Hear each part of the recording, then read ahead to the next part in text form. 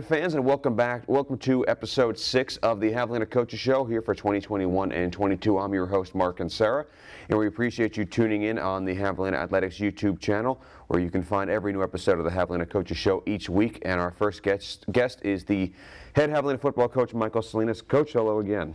How you doing, Mark? I'm doing okay, Coach. I know going back to Saturday's game, that wasn't the result that you guys wanted in Wichita Falls, despite the fact your team played a really tough, hard-fought game against a very good MSU team. What were the most important takeaways you had at the end of that game? We just have to finish. We got to play cleaner in all three phases, and we have to finish the game. We played well enough in the first half to win the football game, but you got to play 60 minutes. Came out in the second half and didn't execute at the level we want to execute. So we're going to continue to grow and continue to grow up as a football team. But we got a lot of faith and belief in our guys and what we're doing, and looking forward to get back to work this week and then playing at home at Javelina Stadium. I know you guys know how good MSU's offense is, and in the first half you guys did a fantastic job. I thought especially on their passing game, they only really broke one big play in the first half, and even going into their first possession of the second half, you guys got a huge stand in the red zone on their first possession. What were the things that worked well for you guys, especially in the first half on defense? I think our guys just did a great job of executing the plan at that point. We thought they were going to make some adjustments at half. Didn't really see a whole bunch different.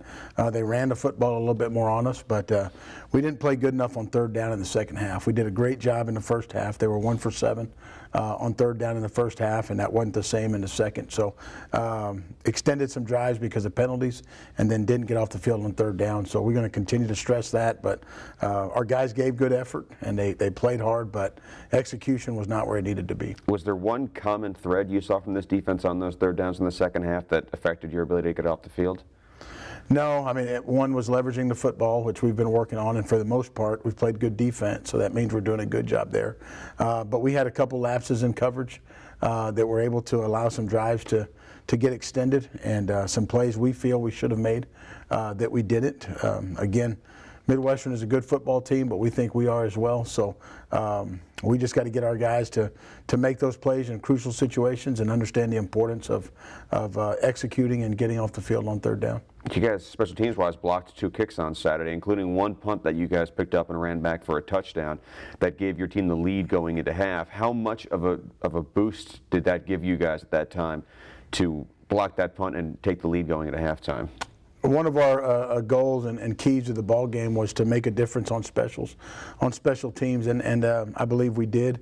They showed a little lapse in their protection, and our guys took advantage of that. But when their number was called and we had a block on, Marco Noriega came free and did a great job blocking a punt. Then Darian Mayberry scooped it up and scored, so put us in a situation to go ahead at half. That was with about 58 seconds left in the half, so it was a momentum shift in our favor. And then Isaiah Bean blocked one a little bit later, got his hand on one. So we're going to continue to press on special teams and press hard in that area and take some chances. But I think our guys did a good job at that point executing what needed to be done, and then we just didn't finish in the second half. You reminded me of that. I forgot about that when Isaiah got his hand on the ball. You guys had 3 block kicks when you factor in those and the blocked extra point that Amos got his hand on later. Now, offensively, you guys moved the ball, I thought, pretty well in the first half. There were just... And then Shane had, I thought, maybe one of the best throws he's made all year on the touchdown pass to Ryan Martinez. What was the biggest difference in the second half that made it tough for you guys to move the ball offensively? Again, I think in all 3 phases in the first half, minus some penalties, we played a good ball game. We had time of possession advantage in the first half. I think Shane was 12 of 14. We had sustained some drives. We only got in the end zone once, but we had kept those guys off the field. And then in the second half, again, it wasn't any major adjustments that were made. I think it was self-inflicted. I think we failed to execute.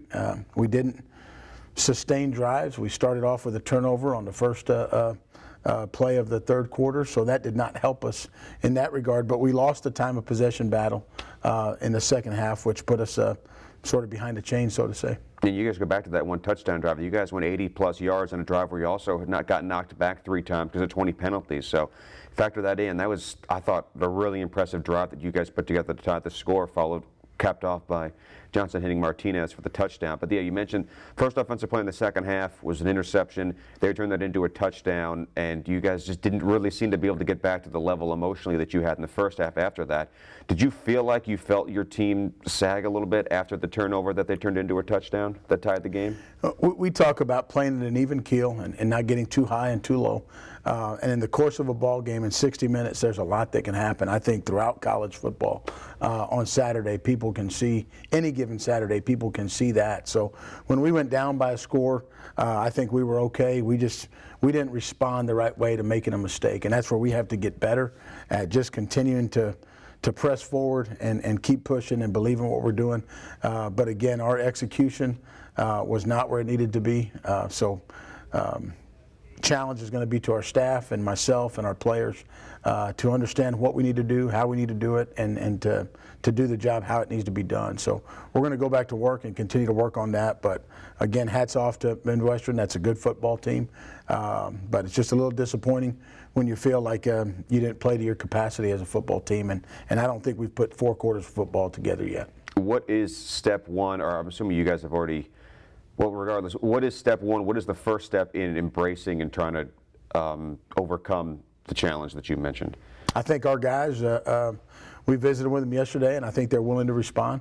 But we need to dig our cleats in the ground a little bit, do a little self-reflecting.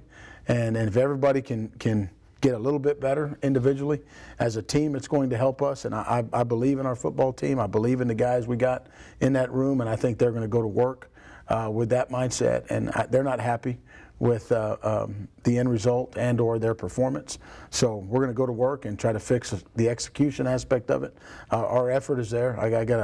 I'm proud of our guys for their effort and their fight, but at the end of the day, we still have to execute at a higher level. And you mentioned before you guys will be back at home this week against Lincoln. That's 7 p.m. kickoff on Saturday here at Javelina Stadium. This is a young Lincoln program you guys have coming in on Saturday. How do you prepare your team for the challenges that they're going to present? They got some good players. They went out and recruited some junior college players, and they're a first-year program. So we have to be willing to adjust to some unknowns and maybe some unexpecteds in terms of what they're going to do offensively and defensively. But we still have to prepare like any other week. I think they're 1-4 right now coming into this one, and they've had a tough schedule having to travel on the road, so they'll be back in Texas again this week. But we need to make sure that we focus on ourselves and again try to get better this week and come out at home and have a good performance. Yeah, they were in Odessa last week against a team they're in a place you guys are going to be in not too long against UT Permian Basin. But yeah, you mentioned a lot of unknowns when you have a young program like this, and you talk about focusing on yourselves. How much more important does that become in a week when you're playing a team where you mentioned there are going to be some unknowns when you're playing a young program? That's where you got to be willing to adjust. Our guys have to control the things that we can control. We're going into Game 6 for us on the year in Week 7. So we've seen a lot to this point. You'd rather have that situation happen now than early, because I think our guys can respond to some of the unknowns a little bit better at this point in the season. How confident are you this team will be back 100% rare and ready to go come kickoff time on Saturday? I think our guys will be ready. I think they're going to be focused. We're prepared to have a great week of work this week. We know that in this league, anything can happen any given Saturday. So we're going to continue to go to work and try to take care of it 1 week at a time. Our mindset is going to be a 1-0 mentality and a next man up philosophy. So if there's guys down with injuries or whatever the case may be, it's going to be an opportunity for somebody else. But we're going to attack this week with a 1-0 mentality and try to be prepared to put a good performance on the field on Saturday. All right, well, Coach, thanks for the time. Go have some fun this week. We're all looking forward to Saturday. Thanks for the time. Thank you, Mark. We'll take our first break on the Javelina Coaches Show. We will be right back, so don't go away.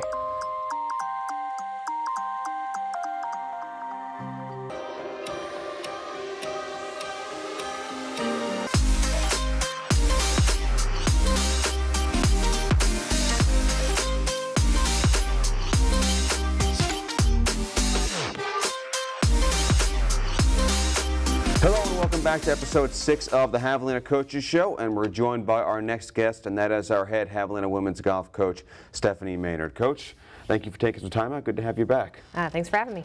Yeah, now I know you and your team just finished off your fall schedule. Just got back, as a matter of fact, from a long trip out to Lawton, Oklahoma, which is a regular stop for you guys in the fall. What were your main takeaways? What were the things that you liked about what you saw from your team this past week? They fought really hard through that second round.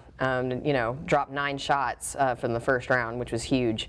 I think they're figuring out. They're figuring out how to play, which is good. I've seen some light bulbs go off for some of the girls, and which has been good. I mean, Kato shot 281s, which is her lowest as far as keeping everything very consistent, which is big. Roxanne had a pretty solid event, and Fatima again, came back with 4 shots from the first round, so that was big. How much of this fall was about things like that? You mentioned light bulbs going off, about people learning, taking critical steps forward and getting better. That's pretty much all the fall was just kind of figuring out. We have a different group, different dynamic, and I think figuring out exactly how everybody is working together and feeding off of each other, I think was kind of a big part of the fall, and and them really figuring out exactly what they needed to work on, I think was big. So the off season, the next 4 weeks are going to be a lot of short game. Short game boot camp, if you will, and a lot of wedges, and probably overhauling some golf swings as well. Yeah, how much did it benefit? How much of a benefit was it for you? How much time did you spend during this fall, during these events, just sort of putting a bookmark by a few things, like, all right, this is what we need to work on. Here's how we get better and improve for the spring. That was pretty much most of my time, and really and honestly, really figuring out how they think. I've got a couple of new girls on the team, and really figuring out how they strategically work their way through a course and how they respond to a good shot or a bad shot, and really figuring out. Even my juniors, though. I mean, we've talked about with COVID, they've only really played 1 year. They haven't had a full slate of events, and so really still trying to figure out exactly how to motivate them and how to encourage them and how to get the best out of them. It's been difficult. How enjoyable has it been for you, especially as far as the new faces go, learning a little bit about the players, and like I said, especially the ones who you didn't get the chance to see play before this fall? Oh man, it's been so much fun. Roxanne's fun to watch. She hits the ball hard and she hits it far, and she's very aggressive. Sometimes to her detriment, I think. But she's a lot of fun to watch play. And then and watching Katie kind of come into her own and really figure out how to play and and how she needs to get better. That's been a lot of fun. Katie's been kind of one of those slow building players, and I think she's going to have a great spring. And Kristen's just so much fun. She's so excited, and she just wants to learn so much, and she just absorbs everything. It's been a lot of fun having her on the team. How different is the focus for you as a coach over the course of these next 4 weeks when you're not preparing for an event in the near future? How much does the focus for you change right now?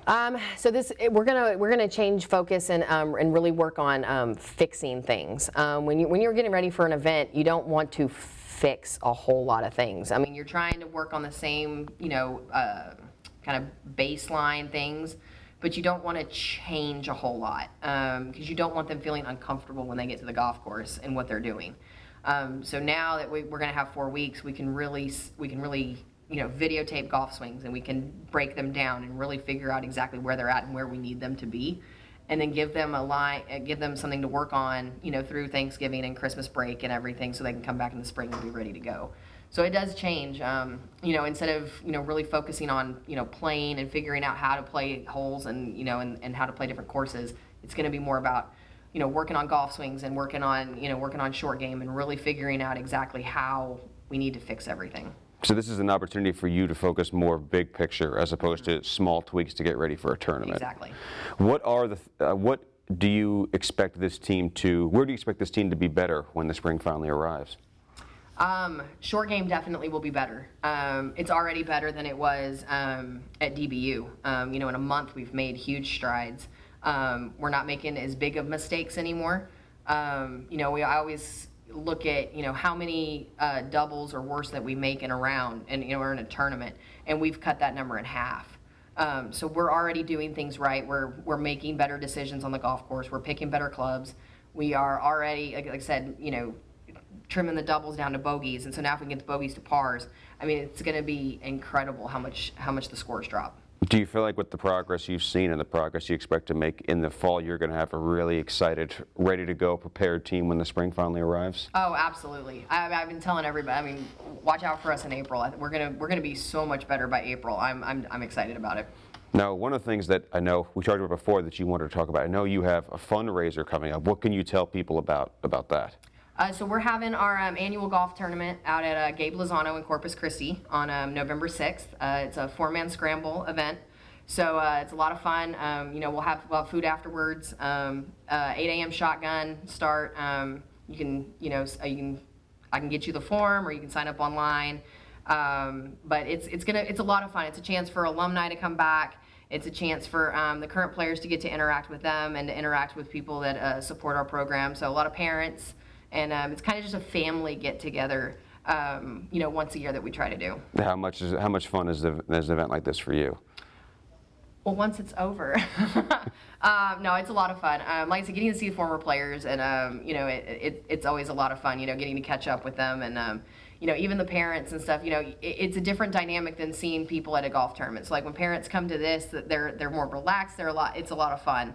We get to laugh and joke and kind of talk about plans for the future.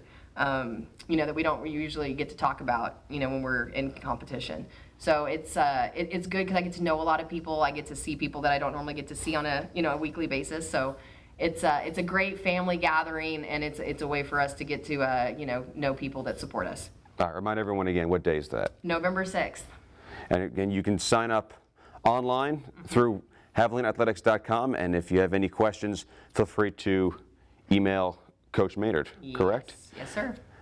And we appreciate everyone for tuning in to episode 6 of the Javelina Coaches Show here in 2021-22. A little bit of a shorter episode this week, but we appreciate you tuning in once again, and we hope to have you back with us next week. And just a reminder, for the next upcoming event here in Kingsville, Javelina football will be at home on Saturday, 7 p.m. kickoff against Lincoln. We hope to have you with us for that. Thank you for tuning in, and we will see you next week on the Javelina Coaches Show.